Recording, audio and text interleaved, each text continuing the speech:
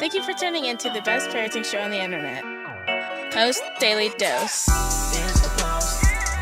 It's the Post. It's the Post. The Post Daily Dose. It's the Post. It's the Post. It's the Post. The Post Daily Dose. It's the Post. It's the Post.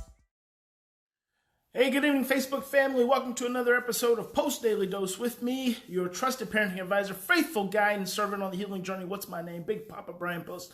Hope everyone's having a fantastic Thursday. So, hey, I'm coming to you guys a little bit earlier today because I have an appointment in Eureka at 5 o'clock. And so far, I've never found a good spot that I can broadcast my daily dose without it getting interrupted. So while I'm here at the hotel, I'm going to go ahead and jump in and talk to you guys for a little bit.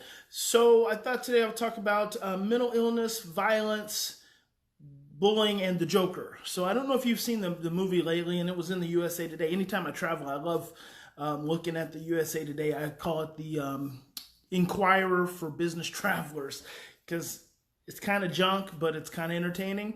So there was a segment talking about the Joker and mental illness and kind of the correlation and how people are perceiving the movie, yada yada. And apparently it's on track to be the highest grossing R-rated movie of all time, which is pretty cool. I actually went to see it. I loved it. And I think just understanding trauma and understanding kind of the challenges that people who have experienced trauma go through, and the kind of the hereditary nature of mental illness, but also the very direct environmental exposure to stressful events and traumatic events that occurred that also foster it. I thought it was really cool. Obviously, yes, it is, based on a DC character. So it's the beginning of the Joker, who I watched the Joker when I was a little kid because my favorite Batman episodes were the old school ones with the bam and the bling and the crash. And my favorite character of all time, of course, was Catwoman. But yeah, I saw the movie. I thought it was excellent. I recommend it. The Joker was adopted. The Joker was a byproduct of abuse. The Joker was raised by a mother with mental illness. And then he was extremely bullied. And so I'm tying this in because over the last 2 weeks alone, 2 young men that I know directly have gotten suspended from school as a byproduct of their behaviors, trying to protect themselves, both of them in both instances, trying to stab other kids with a pencil, gotten kicked out of school. And both these 2 boys, great boys, actually very pleasant, very gentle, they're being bullied. And the answer from the school continues to be to suspend the victim. The schools are continuing, and this is in 2 different states that this is happening. And they are not doing anything to protect these kids from being bullied. I cannot believe it. And this one incident just happened today, and I haven't been able to get all because I was out of town. I haven't been able to get all the details, and I'm kind of thankful that I actually wasn't in town because you can't be bullying a kid I'm connected to. You can't bully a Post kid. A school can't allow bullying to go unabated with a Post kid, and I probably would have misbehaved. Sometimes I'm not always regulated, and so I know one of my senior parent support, Mr. Harold, was able to go and support the mom. But I know as soon as she sent me a text and said the school was saying that she needed to come up there and get this young man, I knew immediately. I said, he's being bullied and they cannot punish him for being bullied. They have to do something about the situation. And it just reminds me, it ties into the Joker. These individuals, they are susceptible to stress. They are oftentimes have struggles, and they have social and emotional struggles. And they are good individuals, and bad things keep happening to them over and over and over again. It's like the imprints of the negative imprints that they grew up experiencing continue to work out until eventually they crack. And I don't know when we're going to start to do freaking something different than what we've been doing when it comes to kids that we know are being bullied. I mean, it's just like, oh my gosh. And there's, sometimes it's just a matter of thinking, and it's a matter of being willing to take responsibility. It's being willing to say, hey, here's a kid who's being bullied by another kid or two. Oh my gosh. And then yesterday I heard a story about a kid who was, another kid that I now know who a couple years back was bullied. It was caught on videotape. Horrible. I'm like, what the heck is going on with the adults? Why are we so afraid to get outside of our comfort zones and to get outside of ourselves and realize how serious this is for these children who end up being helpless to these other children who obviously must be being helpless to adults in their lives, to cause this cycle to continue to be perpetuated. So that was a little bit of a rant. There's definitely a connection. And I remember I was going to tell you guys the other night, Mr. Harold and I, we decided to go out and just relax a little bit. So we went to a casino. It was about 10 minutes from here. We were sitting there having a cocktail. And he's playing, I'm not much of a gambler, but he was playing one of the little games there. And there was a woman on one side, and there was a guy who was on the other side of her, and so it was two women on one side and a guy on the other side, and this one guy was talking to himself, and he was watching TVs, talking to himself, and I could see, I'm always paying attention to people, I could see that she gotten visibly uncomfortable and got up. And so they actually both got up. And so I ended up like being situated right next to this guy. And it's interesting because I actually saw him when I went in, and he saw me. I don't know, there's something there. There's some kind of eye contact. He looked at me a couple times, and probably because I look a little weird, a little strange, and I'm a black dude in Northern California. There's just not that many of us. And so I noticed the guy. And he's actually a nice, handsome man. But he looked, he looked kind of tough.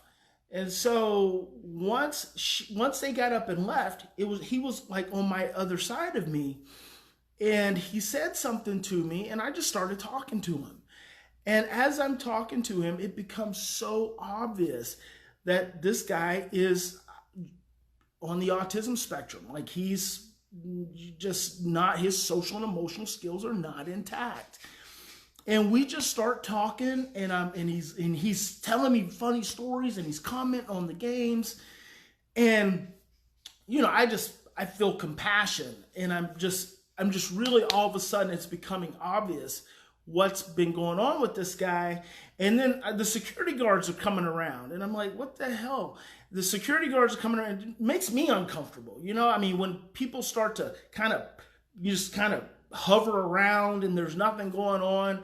And so I could tell that the girl had actually gone and reported the guy for having talked to her, and she got uncomfortable. And that just kind of gets my hackles all up. And I'm like, he wasn't sending off any bad vibes. He wasn't doing anything inappropriate. He may talk at a heightened level, and he may say something that someone else doesn't understand, but that doesn't mean that he's a risk. So in the process of talking to this guy, he tells me that he's been arrested 27 times. He's like, oh, yeah. I've been arrested 27 times. I've been in jail more than anyone in this whole county around here. And he said, I know the judge. And the judge said to me, Mr. Such and Such, do you realize that you have been here more than anyone else that I've ever seen? And he's like, oh, yeah, I know. And I'm like, I could totally understand why. Because people misinterpret this individual, and he probably has a couple of drinks, and that probably causes people to get even more uncomfortable.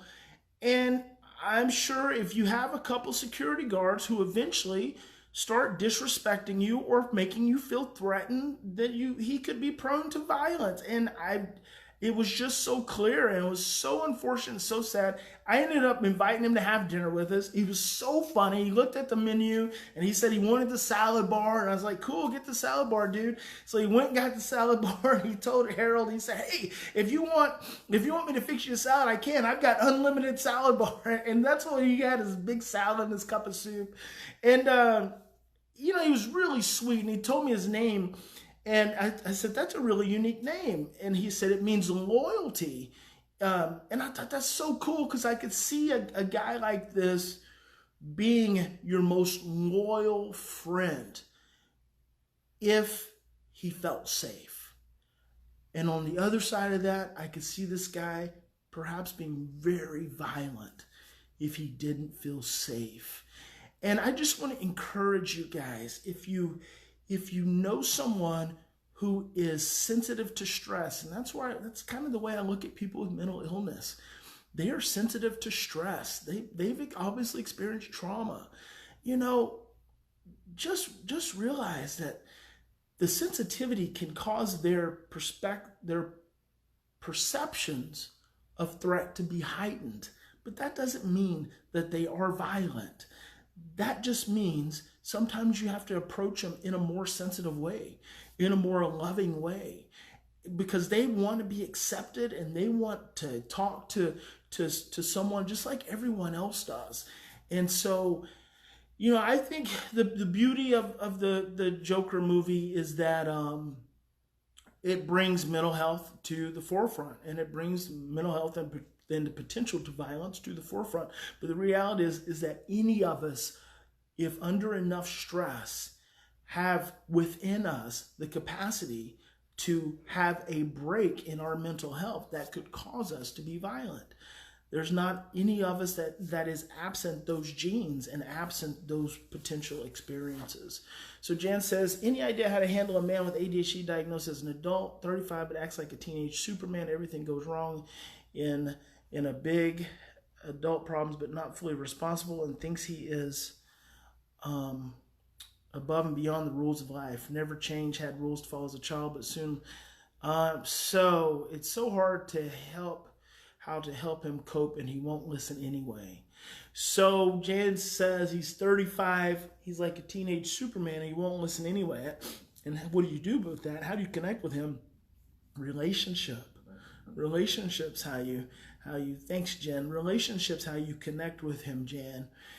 And you have to realize that he is very sensitive to being misperceived. He's very sensitive to being judged. He's very sensitive to being labeled. He's very sensitive to being made to feel like there's something wrong with him, because people have been telling him there's something wrong with him for a long time. So if you want to help him, get in relationship with him, be very gentle, and realize that he is a sensitive teenage boy. He may be 13 years old, but he is a sensitive teenage boy, and he is sensitive to being made to feel like he is a problem and has a problem. And then approach him from that perspective, but be in relationship with him first. Let him feel that you love him. Let him feel that you truly care about him.